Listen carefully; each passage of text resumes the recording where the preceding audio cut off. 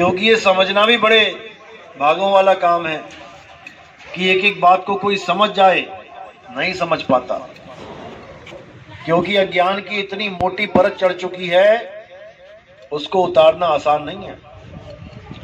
आप एक महीना भी अगर कोई बर्तन में खाना बनाते हो और उसको धो मत, तो ऐसा काला हो जाता है कि तुम एक दिन लगे रहो तो ना साफ हो। ये तो रोज रोज रोज थोड़ा सा धोना पड़ता है, इसलिए उसकी चमक बरकरार रहती है, वो भी फीकी पड़ने लग जाती है रोज धोने के बाद भी। तो ये ज्ञान ऐसा है कि अज्ञान का खात्मा कर देता है। साईं बंदी सतनाम बंदी छोड़ सतगुरु कबीर साहब की जय हो। आज हम जानेंगे सतगुरु नितिन साहब जी से इंसान परमात्मा को कैसे प्राप्त कर सकता है। संतों ने जो परमात्मा की महिमा गाई है कि परमात्मा हमारी आत्मा के अंदर वास करता है और एक भेदी सतगुरु ही उसका पता बतला सकता है। नहीं तो इस दुनिया में गुरु लोगों की कमी नहीं है। हर गांव में, हर शहर में, हर गली में आपको कोई ना कोई गुरु मिल ही जाएगा। तो हमें अपना खुद का दिमाग लगाना है, खुद का विवेक लगाना है। परमात्मा को हम कैसे प्राप्त कर सकते हैं, एक भेदी सतगुरु ही बता सकता है कि परमात्मा का वास कहाँ पे है, हमारे शरीर के अंदर है, हमारे शरीर से बाहर है या कहाँ पे है। तब करता है जब सच में आप खात्मा करवाना चाहो, आप समझना चाहो। बारिश जब होती है तो पानी पूरे शहर में बस बरसता है, लेकिन भर वही पाता है जो घड़े का मुंह बारिश की तरफ करता है। अगर 1000 घड़े बरसात में रखे हो लेकिन मुंह नीचे है, तो एक भी बूंद उस घड़े में जाने वाली नहीं है। इसी प्रकार आपको अपना मुख गुरु की तरफ करना पड़ेगा, गुरुवाणी की तरफ करना पड़ेगा, तब तो आप गुरुमुख कहला पाओगे। अगर आपने वो मुख गुरुवाणी की तरफ नहीं किया तो आप गुरुमुख नहीं हो पाओगे, आप मनमुख ही रहोगे। तो गुरुमुख और मनमुख में यही भेद है कि गुरुमुख वाणी के द्वारा सार का असार का निर्णय कर लेता है और मनमुख मन के कहे चलता है, मन की बातों पे विश्वास करता है, मन की मर्जी करता है। लेकिन साहिब ने इतनी वाणियां कथी हैं हमें समझाने के लिए। हमने आज उन्हीं वाणियों का निवेड़ा करना है कि कबीर साहब आखिर कहना क्या चाहते थे, इस दुनिया में आए क्यों। क्या उनके आने से पहले कोई भगवान का नाम नहीं जानता था? क्या इन संतों महात्माओं से पहले राम का नाम था ही नहीं क्या दुनिया में? जो आज आके वो भी राम का ही नाम दे रहे हैं। कौन नहीं जानता था श्री कृष्ण का नाम? कौन नहीं जानता अल्लाह का नाम? सारे जानते थे, फिर भी संतों को आना पड़ा। क्यों आना पड़ा? राम राम जपवाने आना पड़ा? नहीं, वो यहां राम राम जपवाने नहीं आए थे, वो यहां राम के बारे में बताने आए थे कि वो राम कौन है जिसको पाके तुम्हारा जन्म सफल होगा। राम राम तो सारे ही जपते रहे आज तक। तो इसीलिए साहिब ने निवेड़ा किया है कि 52 अक्षरों के द्वारा पैदा होने वाला जो नाम है रा और मां, ये इंसानों की देन है, ये इंसानों ने बनाया है ये अक्षर। सबसे पहले जब आदि मानव के रूप में इंसान आया इस दुनिया में, तो उसके पास ना तो कपड़े थे, ना कोई रसोई, ना मकान, ना दुकान, ना कोई नौकरी, कुछ भी नहीं। उसके पास भाषा भी नहीं थी, उसके पास कोई अक्षर भी नहीं थे, उसके पास कोई किताबें ग्रंथ पोथियां नहीं थी। वो जानवरों की तरह बातें करता था, जैसे दो कुत्ते आपस में बात करते हैं, दो चिड़िया आपस में बात करती है। ऐसे ही इशारों की भाषा में, आवाजों की भाषाओं में तरह तरह की आवाजें निकाल के वो एक दूसरे को संकेत देते थे। लेकिन धीरे धीरे बुद्धि विकसित हुई, उन्होंने उन्हीं आवाजों को एक लिख के लिपिबद्ध कर दिया कि मैं आ बोलूंगा तो ये आ ऐसे लिखा जाएगा, मैं पा बोलूंगा तो पा ऐसे लिखेंगे, का बोलूंगा तो का ऐसे लिखेंगे। फिर उन्हीं अक्षरों को, उन्हीं ध्वनियों को जोड़ जोड़ के शब्द बना दिए गए। जैसे का और ला, कल में मां जोड़ दिया, कलम हो गया, आवाज वही है कलम, मां हटा दो तो कल, लेकिन उसका मतलब बदल जाता है। कल का मतलब बदल गया, कलम का मतलब बदल गया। अब कलम को ही ला पीछे कर दिया, मां आगे कर दिया, कमाला, आवाज वही निकली लेकिन मतलब ही बदल गया। राम, मारा, दोनों का मतलब ही बदल गया जबकि आवाज तो एक ही है। तो ये बुद्धि विवेक उस आदमी के, उन इंसानों के जब आया तब उन्होंने भाषाओं का विस्तार कर दिया और सारे संसार में जो कुछ भी दिखता रहा उनको, उसको वो लिपिबद्ध करते रहे कि ये दिखेगा तो ये लिखेंगे, वो दिखा तो ये लिखेंगे। उसकी फोटो खींची, उसका नाम लिया। फोटो खींची मतलब बता दिया लोगों को, पत्थर उठा के दिखा दिया, बेटा इसको पत्थर कहते हैं। उस वक्त कैमरे तो थे नहीं, फोटो तो खींच नहीं सकते। लेकिन आज वही बच्चे जिनको आप भेजते हो स्कूल में, उनको वही आदि मानवों वाली पढ़ाई करवाई जाती है। आज भी उनको कबूतर बोल के कबूतर का चित्र दिखा दिया जाता है ताकि मतभेद ना रहे। मैं का से कबूतर बोलूं और वो का से कौवा बोले और उसको कबूतर समझे, इसलिए नहीं। कबूतर लिखा है तो कबूतर का ही चित्र बना है, कौवा लिखा है तो कौवे का ही चित्र बना है, ताकि हमें समझ में आ जाए कि किस वस्तु का नाम ये 52 अक्षरों के द्वारा हम उच्चारित कर रहे हैं, ताकि सब एक मत हो जाएं। लेकिन हमारा एक मत हमारी भाषा तक ही सीमित रह जाता है। हिंदी भाषा में जितने भी नाम आप बोल रहे हो, चाहे आप हिंदी भाषा को पढ़ पढ़ के पीएचडी कर लो, डॉक्टर बन जाओ, साइंटिस्ट बन जाओ, लेकिन चीन में जाके तुम बच्चों वाली एबीसीडी नहीं पढ़ पाओगे, बड़े ज्ञानी बने हो तो। चीनी भाषा की एबीसीडी नहीं पढ़ पाओगे तुम लोग, चाहे यहां पर तुम पीएचडी कहला रहे हो, क्योंकि भाषा का ज्ञान अलग तो सारा खेल ही खत्म। चीन में जाके आप पानी भी नहीं मांग पाओगे किसी से, क्या बोलते हैं वहां पे, लेकिन इशारा सारी दुनिया में जहां मर्जी चले जाना, कहीं भी चले जाना, इशारा हर जगह काम करता है।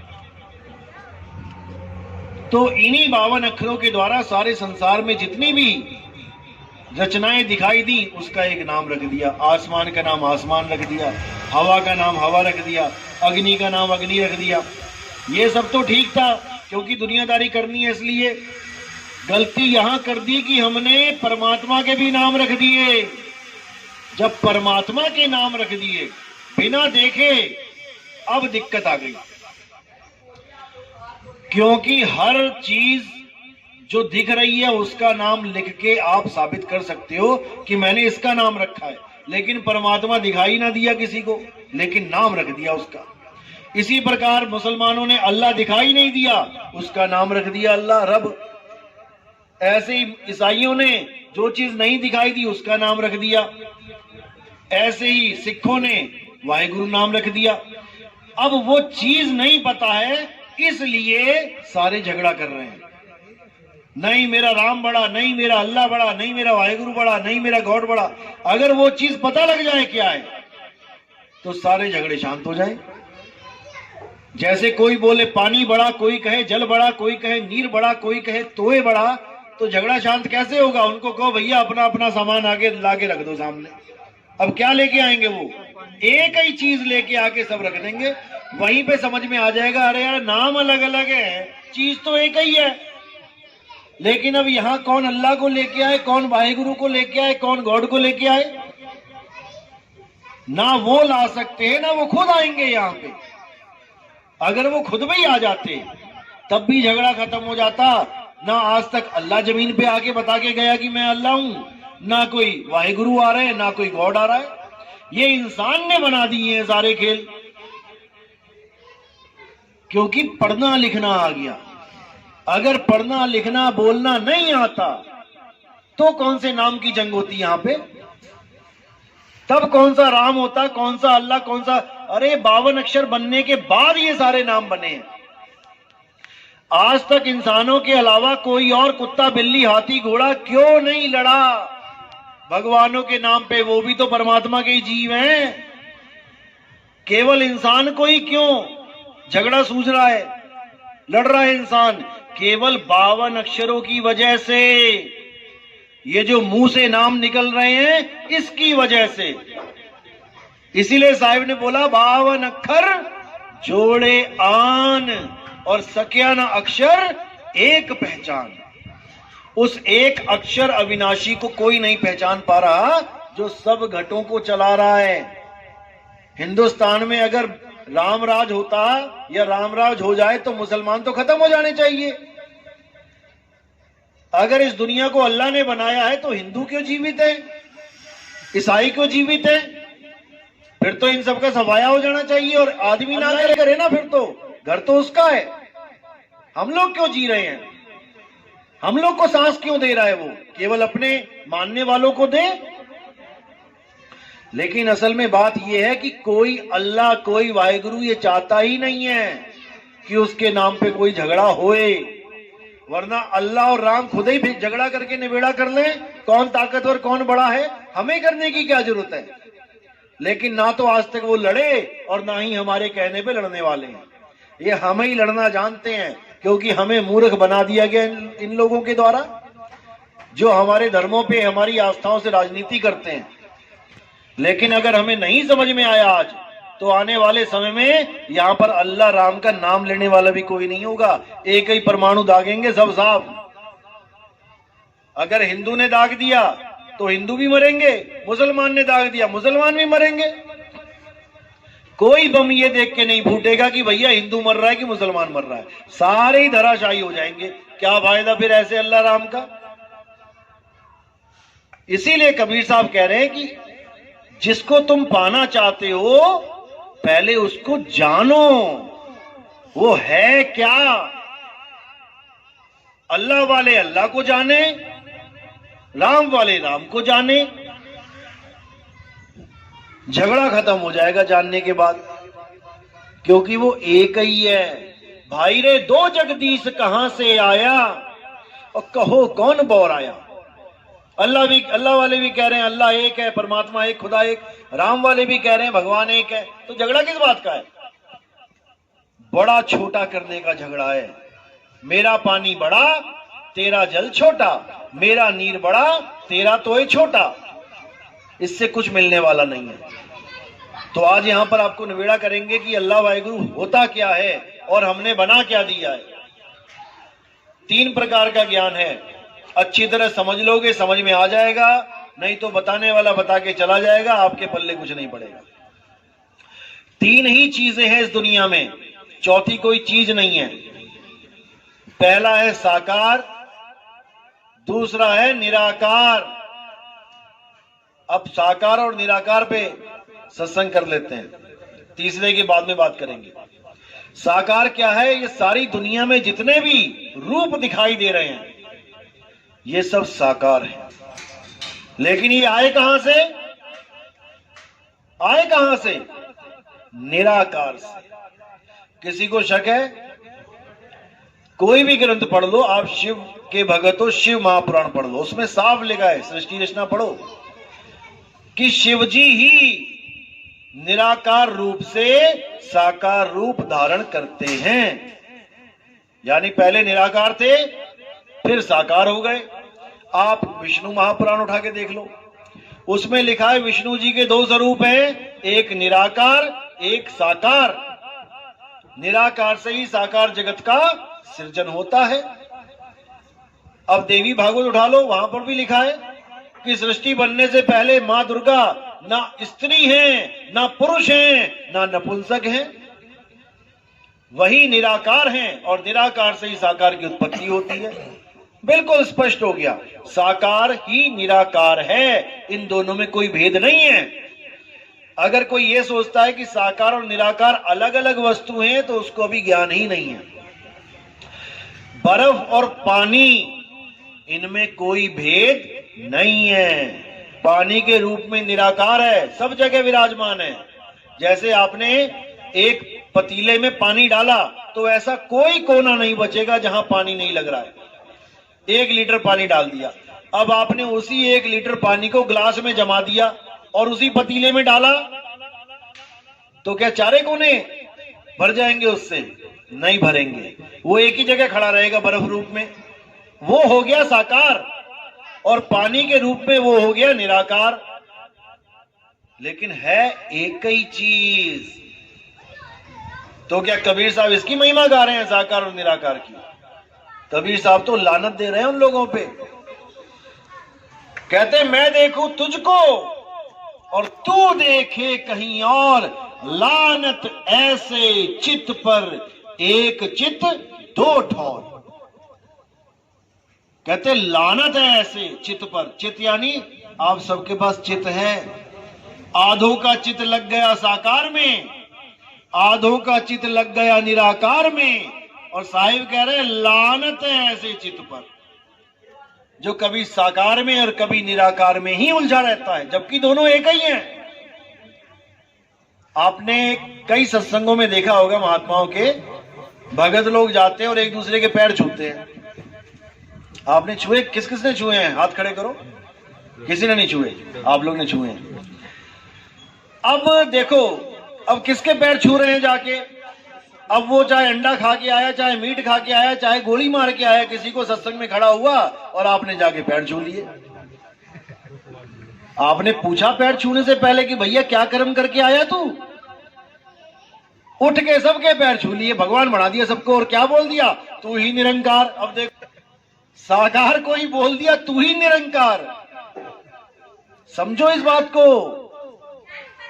साकार के पैर छू के उसको कह दिया तू ही निरंकार, तो तब भी नहीं समझ पाए कि साकार निराकार एक को ही है, एक को ही है। कान ऐसे पकड़ाए थे तो किसी ने कह दिया अरे बेवकूफ तूने कान पकड़ लिए, तो क्या करूं? ऐसे पकड़। अरे वही है। साहिब कहते हैं कोई निर्गुण में रीझ रहा, कोई सरगुण ठहराए, अटपट चाल कबीर की मुंह से कही ना जाए। दादू जी की वाणी है। कोई साकार में उलझ गया, कोई निराकार में उलझ गया, और है एक ही चीज। अब इसी साकार और निराकार को देख कौन रहा है? जिस दिन तुमने ये विचार कर लिया, तुम्हारे पर्दे खुल जाएंगे। साकार को कौन देख रहा है? मैं ही देख रहा हूं। और निराकार को कौन देख रहा है? मैं ही देख रहा हूं। जब दोनों को मैं देख रहा हूं तो मैं क्या हूं? जिस दिन ये समझ में आ गया, जिस दिन ये समझ में आ गया कि मैं कौन हूं, उस दिन साकार और निराकार की महिमा खत्म हो जाती है। जब तक ये नहीं पता लगा कि मैं कौन हूं, जब तक दूसरे को ही पूजोगे, तब तक दूसरे को ही पूजोगे। लेकिन जब समझ में आ जाएगा कि मैं कौन हूं, उसके बाद दूसरा खत्म हो जाएगा। तो मैं क्या हूं? आत्मा हूं। हे अर्जुन, तू, मैं और ये सारे राजा महाराजा, हम शरीर नहीं हैं, हम आत्मा हैं। अध्याय 2 पढ़ो। ऐसा कोई समय नहीं था जब तू, मैं और ये राजा महाराजा नहीं थे, और ऐसा कोई समय नहीं आएगा जब तू, मैं और ये राजा महाराजा नहीं होंगे। तो फिर कौन मरा? इतना बड़ा युद्ध हो गया, मरा कौन? जब कोई समय ही नहीं था जब हम तुम नहीं थे, और ऐसा कोई समय नहीं आएगा जब हम तुम नहीं रहेंगे, तो मरा कौन? कोई नहीं मरा, केवल शरीर खत्म हुए हैं। और शरीर तो हम हैं ही नहीं, शरीर तो कपड़े हैं इस आत्मा के। आज ये इंसानी कपड़े पहन लिए, कल को क्या पता शेर चीते के कपड़े पहनने पड़ जाएं। इसीलिए बोला गया इंसानी चोला बार बार नहीं मिलता। इंसानी चोला, चोला क्या होता है? कहते ना बाबा जी का चोला देखो, कपड़े। इंसानी चोला है ये। कपड़े पहने तुमने, कहां मिले ये कपड़े? सड़क पे पड़े हुए मिले, पहन लिए। ये मां के गर्भ में पहन के आए हो। तुमने आदमी के कपड़े पहन लिए और कुछ ने औरतों के कपड़े पहन लिए। जैसे पजामा लेने जाओ तो 2 तरह के पजामे मिलते हैं, एक लेडीज एक जेंट्स, कोट लेने जाओ तो लेडीज जेंट्स, चश्मा लेने जाओ लेडीज जेंट्स। ऐसे ही मां के गर्भ में जो हमें शरीर मिलता है वो भी लेडीज और जेंट्स होता है, लेकिन हम कपड़े नहीं हो जाते, हम तो उसको पहन रहे हैं। हम कपड़े पहन रहे हैं और अंत समय में हम ये कपड़े उतार देंगे और इन कपड़ों को छोड़ के चले जाएंगे। अब किसी की मां मरी तो जमीन पे क्या पड़ा है? मां पड़ी है कि कपड़े पड़े हैं? कपड़े पड़े हैं। मां को तो आप कहते हो माता मुझे छोड़ के चली गई। अब जो चली गई वो तुम कभी पहचान ही नहीं पाए कि चली कौन गई। जिसको माता माता कहते थे वो तो ये पड़ी है, यानी सारी उम्र कपड़ों को ही माता माता करते रहे, सारी उम्र कपड़ों को ही पिता पिता करते रहे। अपनी मां और अपने पिता को हम जान ही नहीं पाए कि उनका स्वरूप क्या है। इस चमड़े को, इस मिट्टी को ही माता और पिता मान के बैठ गए, जबकि ना तुम मिट्टी हो और ना तुम्हारे मां बाप मिट्टी हैं। ना तुम आदमी हो ना औरत हो, ये कपड़े हैं, आपने धारण किए हैं कुछ समय के लिए। आप एक आत्मा हो जिसका कभी नाश नहीं होता।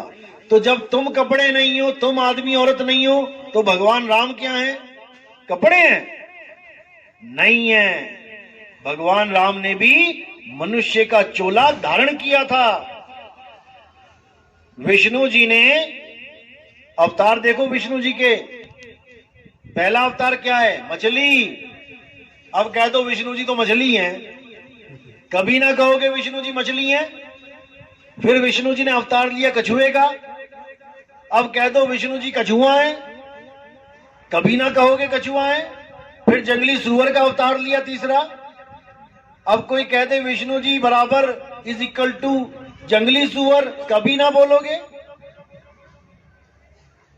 अब विष्णु जी ने अवतार लिया आदमी का, राम जी का, कृष्ण जी का। अब तुमने इसको ग्रहण कर लिया कि भाई विष्णु जी तो आदमी हैं, क्योंकि तुम आदमी के चोले में हो, इसलिए तुम्हें वो मनोहर लग रहा है। बाकी चोलों को तुमने रिजेक्ट मार दिया, आदमी के चोले को पकड़ लिया। कृष्ण जी बोलते ही बांसुरी हाथ में आ जाती है। अब विष्णु जी ने एक ही बार में दो चोले धारण किए, आदमी का तो किया, औरत का भी कर लिया, लेकिन तुमने कभी ना माना विष्णु जी को औरत। कब किया था औरत का रूप धारण? जब अमृत बट रहा था और दैत्यों ने रूप बदल के देवताओं में बैठ के अमृत का पान किया था, तो कौन थी वो जिसने चक्र से दोनों की गर्दन काट दी थी? आदमी था कि औरत? औरत रूप में थी। तो कह दो विष्णु जी औरत है? नहीं कहोगे। जब भस्मासुर को मारा, शंकर जी को भस्मासुर ने दौड़ा लिया, क्योंकि ऐसा आशीर्वाद दे दिया कि अब उस आशीर्वाद के सामने खुद भी झुकना पड़ गया। अब वो शंकर जी को भगा रहे हैं। अब शंकर जी ने किसको याद किया? विष्णु जी को, कि बचाओ प्रभु कहां फंस गए। अब विष्णु जी अगर अपने असली रूप में आ जाते तो जैसे शंकर जी भाग रहे थे वैसे विष्णु जी को भी भागना पड़ता, क्योंकि वरदान ही ऐसा था। सिर पे हाथ रखा और भस्म। तब विष्णु जी ने क्या किया? मोहिनी रूप लिया, एक लेडीज का रूप लिया और आके डांस करने लगे उसके सामने और उसको भी नचाने लगे। अब जैसे जैसे वो डांस करे वैसे वैसे वो राक्षस डांस करे, भस्मासुर। डांस करते करते क्या दिमाग लगाया? अपना हाथ अपने सिर पे रख लिया, उधर उसने भी अपना हाथ अपने सिर पे रख लिया, भस्म हो गया। अब कोई कहे कि विष्णु जी तो औरत ही है, असली रूप तो औरत का है, जो शेषनाग पे है वो तो नकली रूप है, तो हजम नहीं होगा। कहने का मतलब ये है विष्णु जी का ना तो आदमी का रूप है, ना औरत का रूप है, ना मछली का, ना कछुए का, ना जंगली सुअर का। विष्णु जी का असली रूप है आत्मा का। विष्णु जी आत्मा है, राम जी आत्मा है, कृष्ण जी आत्मा है। शरीर तो उन्होंने केवल लीला करने के लिए धारण किया है, जैसे आप लोग आत्मा हैं। शरीर तो केवल ये दुनियादारी करने के लिए धारण किया है। आप नहीं मिट्टी हो गए, आप नहीं आदमी और औरत हो गए। यही गीता में समझाया गया, हे अर्जुन, जो अपने आप को शरीर मानते हैं और जो मुझे भी शरीर करके जानते हैं, असल में वो मुझे जानते ही नहीं। मेरी पूजा, मेरी भक्ति केवल वो लोग कर पाते हैं जो मुझे तत्व रूप में जानते हैं कि मैं हूं क्या। क्योंकि उन्होंने महिमा किसकी गाई है गीता में? जिसको शस्त्र काट नहीं सकता, अग्नि जला नहीं सकती, वायु सुखा नहीं सकती, जल भिगो नहीं सकता। कौन है वो? आत्मदेव है, अजन्मा है। लेकिन हम किसकी पूजा करने में लग गए? जिसके पैर में तीर लग गया था। किसके लगा था? कृष्ण जी के। कृष्ण जी के। तो जब वो कह रहे हैं कि जिसको शस्त्र काट नहीं सकता, अग्नि जला नहीं सकती, तो हमें कब कहा उन्होंने कि जिसके पैर में तीर लग जाए उसकी पूजा करो? उन्होंने कहा जहां तीर भी ना लग पाए उसको जानो अर्जुन। इसीलिए हम इतने युगों से धक्के खाते हुए आज कलयुग में बैठे हैं। अगर हम विष्णु जी की कही बात सतयुग में समझ जाते तो हम कभी त्रेता में आते ही ना, हमें वही मुक्ति मिल जाती। अगर त्रेता में कही बात राम जी की हम समझ जाते तो हम कभी द्वापर में ना आते, और द्वापर में कही बात कृष्ण जी की हम द्वापर में समझ जाते तो हम कभी कलयुग में ना आते। और अगर अब कलयुग में भी नितिन दास की बात तुम्हें समझ में नहीं आ रही है तो दोबारा तैयारी कर लो आने की। बस यही है फार्मूला। समझ जाओगे तो निकल जाओगे, नहीं समझोगे तो फिर वापस आ जाओगे। ऐसे ही ढूंढ रहे होगे कोई गुरु, कोई मुझे मुक्ति दे दे, और जो मुक्ति की बात चल रही है वो समझ में नहीं आ रही है। इसीलिए कबीर साहब ने कोई कसर नहीं छोड़ी बताने में। उन्होंने बोला, जल में मीन प्यासी, मोहे देखते आवे हासी, आत्म ज्ञान बिना नर भटके। कहां भटके?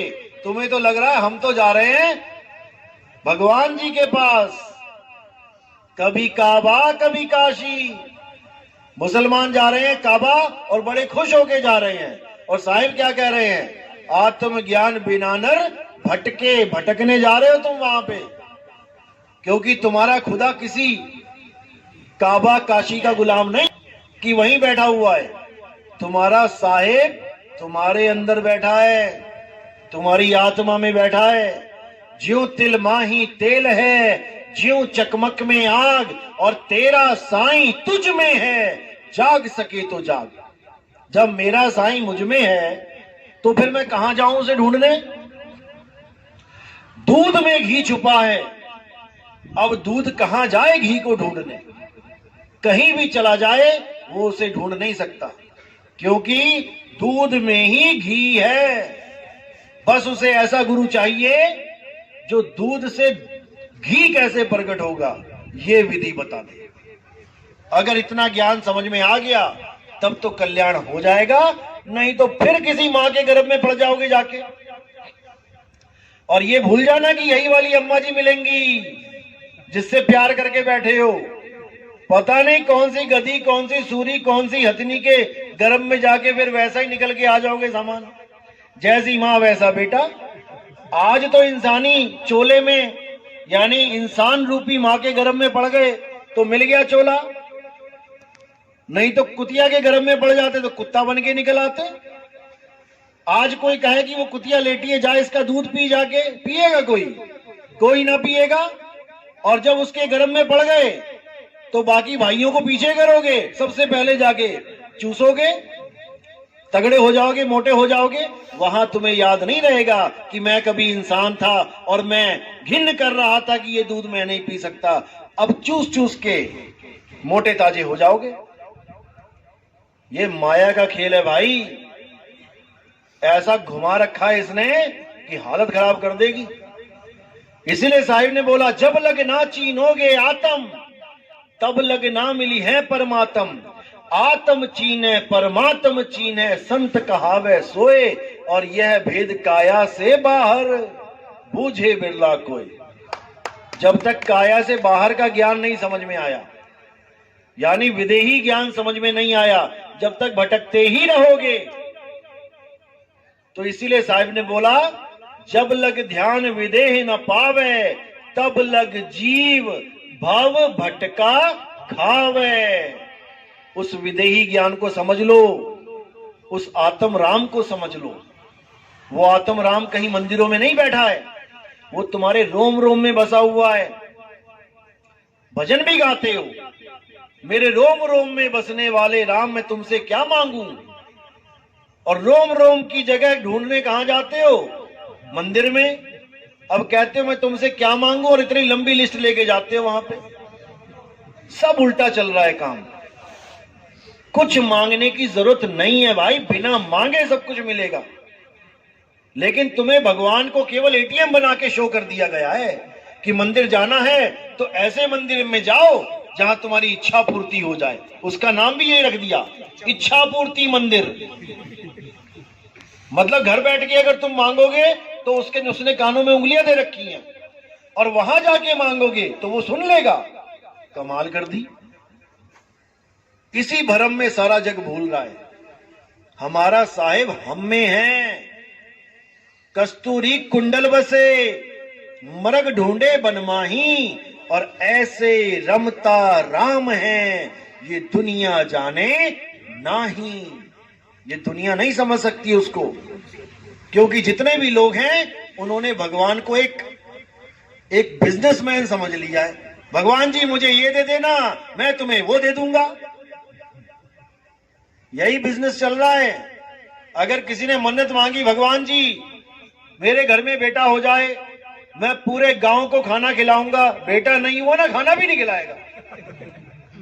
इतना स्वार्थी है ये। कहेगा पहले मेरे बेटा होना चाहिए तब खिलाऊंगा खाना। इतना स्वार्थी है। तो ऐसे लोगों को क्या परमात्मा मिलेगा? भूल जाओ। तो इसी को बार बार संतों ने समझाया, कोई कमी नहीं छोड़ी, लेकिन ये मूर्ख जीव समझ नहीं पाया। तो अब समझना है, अब इस मूर्खता को छोड़ना है। आत्म में राम, राम में आत्म, चीनस गुरुमुख विचारे। गुरबाणी यही समझा रही है, लेकिन हमें नहीं समझ में आ रहा। हम अपने आप को छोड़ के हर चीज को पकड़ने में लगे हैं।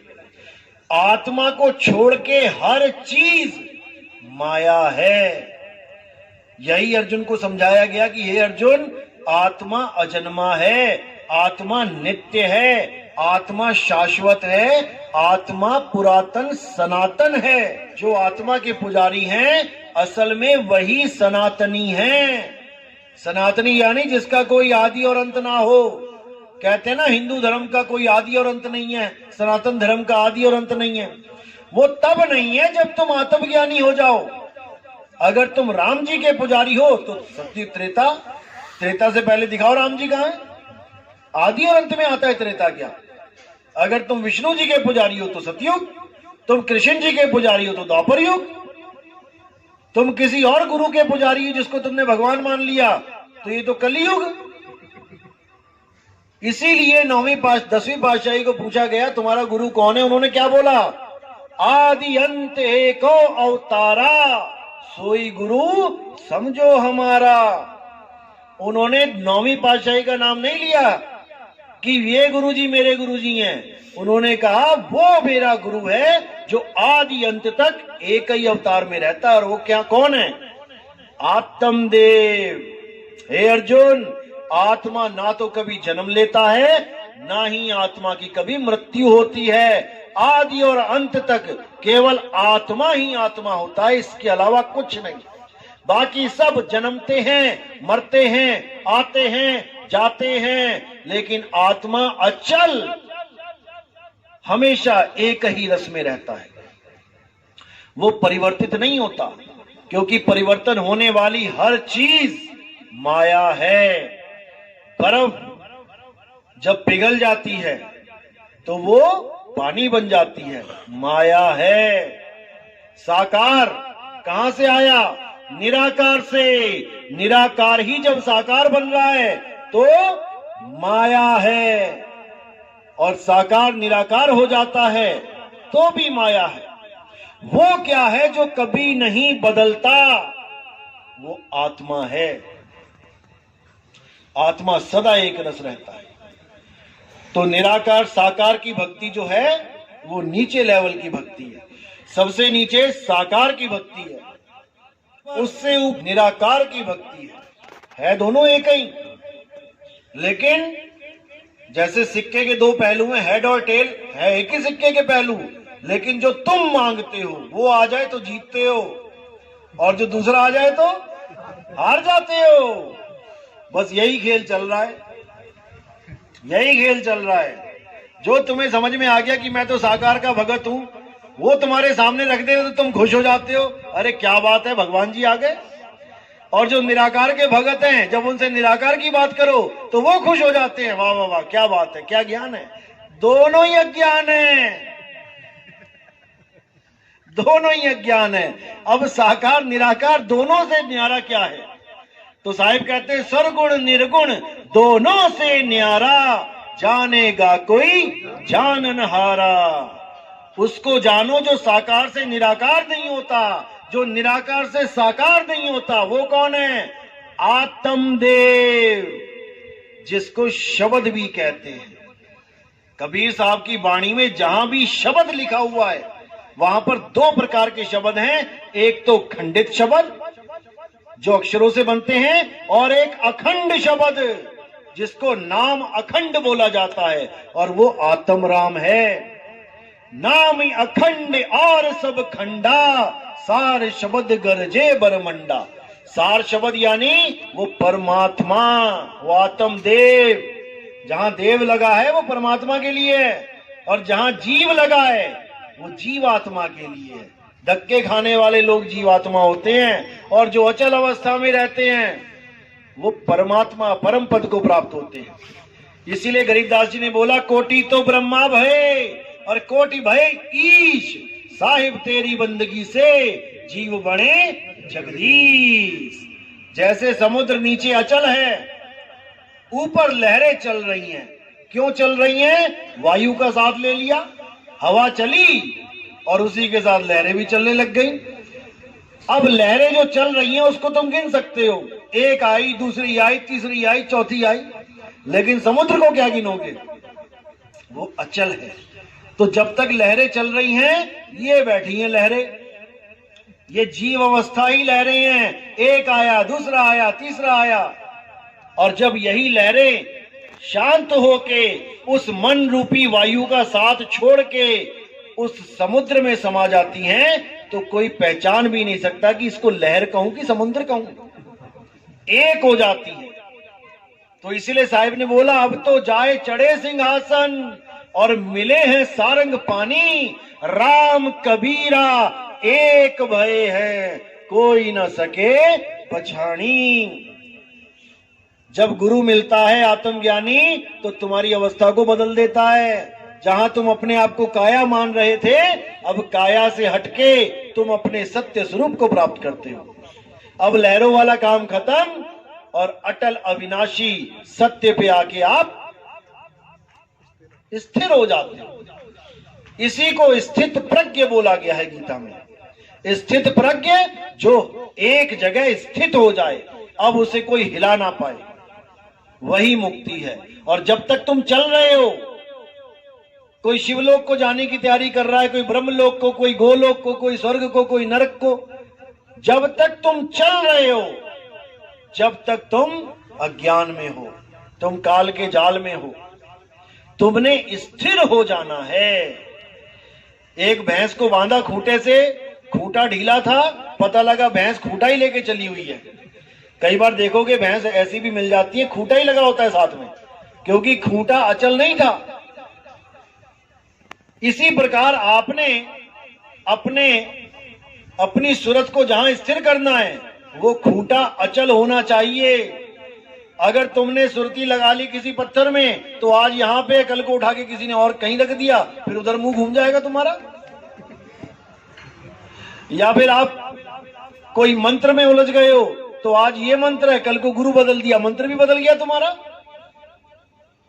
अब करना क्या है, उस अचल आत्मा में स्थिर होना है जो आपके पास है। किसी मंत्र में नहीं फंसना, किसी जंत्र में नहीं फंसना, किसी मूर्ति पूजा पाठ में नहीं जाना, अपनी आत्मा को जानना है। यही आत्म ज्ञान है। जैसे आत्महत्या का मतलब होता है खुद की हत्या करना, किसी और को गोली मारना आत्महत्या नहीं होता। आत्म रक्षा होता है खुद की रक्षा करना। पड़ोसियों की रक्षा करने को आत्म रक्षा नहीं कहते। अपने बारे में किताब लिख देना आत्म कथा होता है, किसी और की कथा लिखना आत्म कथा नहीं होता। अपने ऊपर निर्भर हो जाना आत्म निर्भर हो जाता है, किसी और पे निर्भर रहना आत्म निर्भर नहीं कहलाता। इसी तरह आत्म ज्ञान किसी और का ज्ञान लेना नहीं होता कि दोनों हाथ कर दिए सामने, निराकार दिखा दिया, अरे वो दिख रहा है, जो दिख रहा है वो तुमसे भिन्न है, वो आत्म ज्ञान नहीं है। आत्म ज्ञान का मतलब है जो उसको देख रहा है उसके बारे में जानो। देख कौन रहा है? आत्म देख रहा है, तुम स्वयं देख रहे हो। किसी और को पूजना, किसी और की पूजा करना, किसी और में आस्था लगा लेना, ये आत्मज्ञान नहीं है। खुद को जानना है। खुद को कैसे जानेंगे? हे अर्जुन, अध्याय 4 34वां श्लोक। हे अर्जुन, इस दुनिया में 2 प्रकार के तत्व हैं, एक असत और एक सत्य।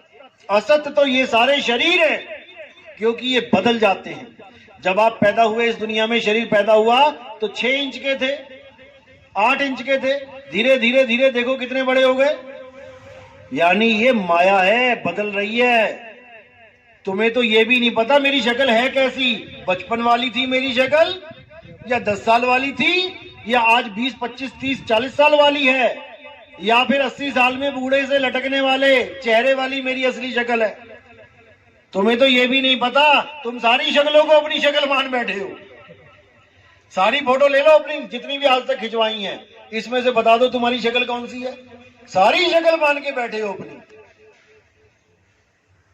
इसीलिए हे अर्जुन, आत्मा सत्य है, आत्मा कभी नहीं बदलती।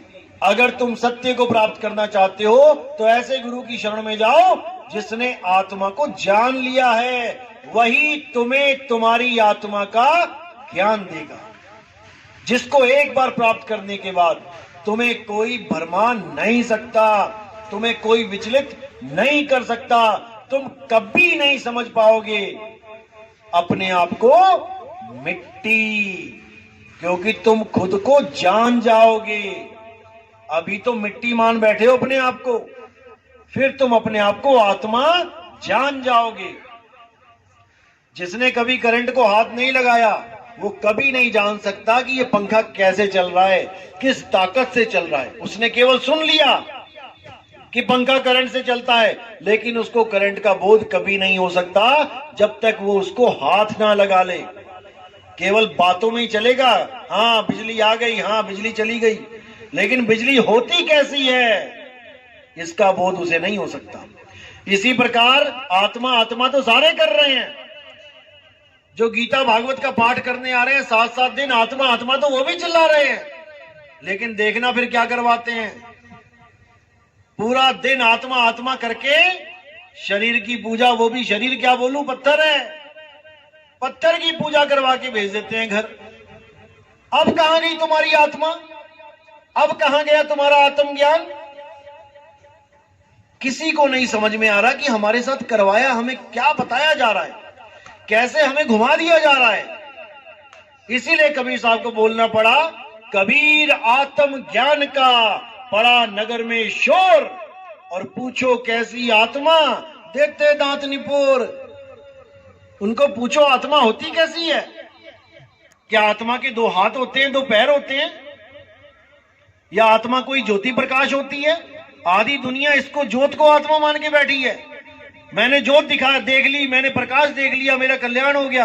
अरे वो दृश्य है, ज्योत एक दृश्य है जो तुमने देख लिया। ज्योत को देखा किसने, उसका स्वरूप क्या है? जब तक इसको नहीं जाना, जब तक आत्मज्ञान नहीं हो सकता। अब ज्योत क्या है? गुरबाणी में क्या बोला? अरे मन तू ज्योत स्वरूप है, अपना मूल पहचान। ये तुम्हारा मन है, जिसको तुमने आत्मा मान लिया, परमात्मा मान लिया ज्योत को। यही ज्योत सारे संसार की रचना करके 184 बना के बैठी है। अव्वल अल्लाह नूर उपाया, कुदरत के सब बंदे, एक नूर ते सब जग उपजया। कौन भले कौन मंदे। किससे बना है दुनिया? नूर से। नूर क्या है? ये मन ही है नूर। मन ही स्वरूपी देव निरंजन, तुम्हें राख भरमाई हो। ए हंसा तू अमर लोक का, बड़ा कालवश आई हो। ये प्रकाश जो दिखाई दे रहा है, यही है काल भगवान। इसी से प्रेम करवा दिया सबको। एक नूर सर्वव्यापक, यही है काल भगवान। इसी का सारा पसार। एक राम दशरथ का बेटा, एक राम घट घट में बैठा, एक राम का सगल पसारा। ये है वो राम, मन रूपी राम। और एक राम तीनों से न्यारा, उसको जानना है जो तीनों से न्यारा है। पहला राम कौन है? एक राम दशरथ का बेटा, जो त्रेता युग में आए, दशरथ के पुत्र, यानी कि हम काया रूप में पहचान रहे हैं उनको। पुत्र तो काया ही होती है ना। एक राम दशरथ का बेटा यानी काया राम, तन राम। एक राम घट घट में बैठा। उस काया राम के अंदर कौन बैठा है जो चला रहा है काया को? जीव राम। तुम्हारी काया खुद नहीं चल रही। अगर खुद चलती होती तो क्यों लेट जाती है अंत में? कौन छोड़ के चला गया इस काया को? जीव। ये दूसरा राम जीव राम है जो इस काया को चला रहा है। अब तीसरा राम कौन है? एक राम का सगल पसारा। ये मन राम है। जो ये दुनिया तुम्हें दिख रही है, ये गाड़ियां, कारें, बिल्डिंगें, ये पहले थी क्या? जब इस दुनिया में आदमी आया, आदमी ना आता तो ये बिल्डिंगें आ जाती क्या? क्या शेरों ने 4 मंजिली बिल्डिंग बना दी जंगलों में? या मगरमच्छों ने पनडुब्बियां बना दी पानी में? ये तुम्हारे मन का पसारा है।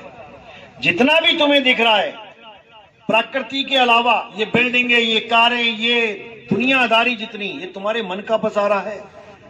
एक राम का सगल पसारा और एक राम तीनों से न्यारा, वो है आत्म राम, जिसको परमात्मा भी बोल देते हैं।